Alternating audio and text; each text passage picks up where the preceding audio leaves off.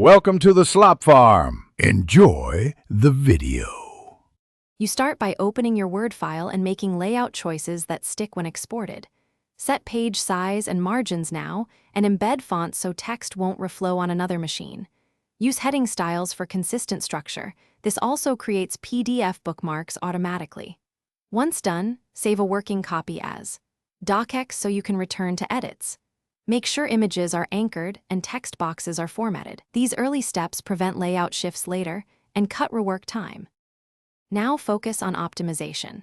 Compress images and choose appropriate resolution so your PDF isn't giant. High res for print, lower for web. Convert embedded colors as needed to avoid surprises. Open File Options, Display and Confirm Print Settings. Decide whether to include comments or document properties. When you pick Save As or Export, choose between Standard for high quality and Minimum for smaller files. This choice affects image downsampling and font embedding. These decisions control fidelity versus file. You're ready to export. Choose File Save as PDF or Export Create PDF/XPS, then click Options to include bookmarks, optimize for print or online, and enable accessibility tags if required. Save the PDF, then open it to check links, bookmarks, text flow, and file size.